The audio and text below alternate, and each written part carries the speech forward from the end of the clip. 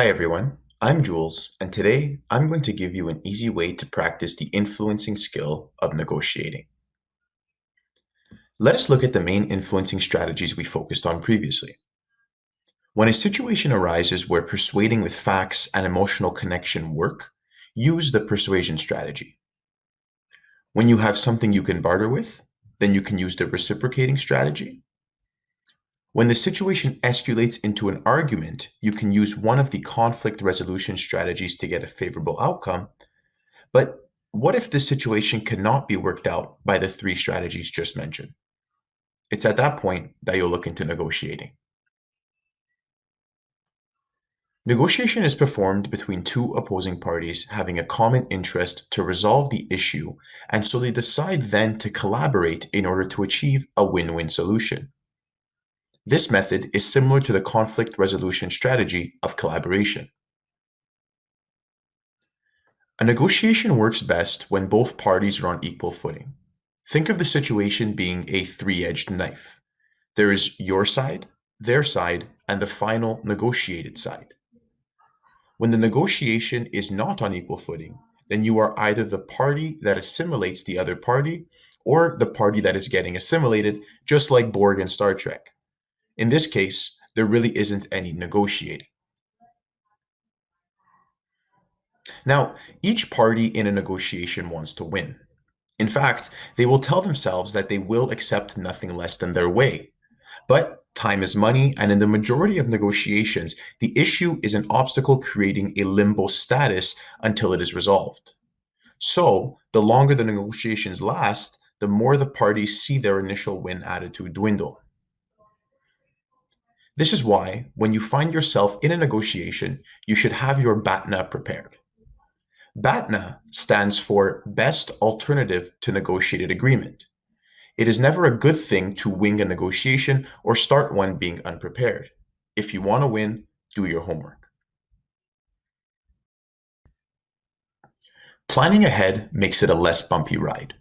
In fact, since there is a big chance you got into the argument with the other party, you know more information of them than you think. So now, take a sheet of paper and a pen to plan the following steps. The first step is to start by writing down the issue you are planning to negotiate. The second step is, if you know what the common interest is for resolving this issue from both parties, write it down. Next, what you'll want to do is use a for blocker to help you document the issue. List in point form the facts that back you up with your stance, and then the wish list, which is what you want to see happening but don't necessarily have the facts to back you up. Do the same for the other party based on what you know from your initial encounter. Then, once that's done, you'll proceed to step 4, which is where you will circle any commonalities you see between both parties. Then on to step 5, based on the information in front of you, create your BATNA, which should be your next best option or non-negotiable resolution. Remember that the best case is getting what you want, and the worst case is the other party getting what they want. Step 6 is to be psychologically prepared to negotiate so you are in control of your actions. This means being in control of your emotional state, and in order to help you with this, you can use the SCARF method. And the 7th step is to go and negotiate.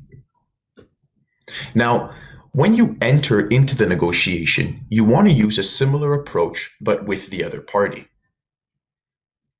First, you'll begin by writing down the issue you are both going to negotiate. If you know what the common interest is for resolving this issue from both parties, write it down. You will then proceed to use a for blocker to help visualize the issue, where each party will list their facts and their own wish list. Once that's done, you'll circle any commonalities you see between parties. Use these as your talking points to start putting together a collaborative approach. The 5th step is, as pieces of resolution get agreed upon, Continue looking for commonality or shared interest for each piece until the final outcome manifests itself as the whole of the pieces. If there are some pieces that tend to be problematic, then take the approach of brainstorming new options that are not on the four blocker. See if any can be agreed upon by both parties. And the seventh and final step is to get agreement with the final negotiated resolution. We hope you found this learning valuable to you. For more learnings, go to our website and please subscribe. Thank you.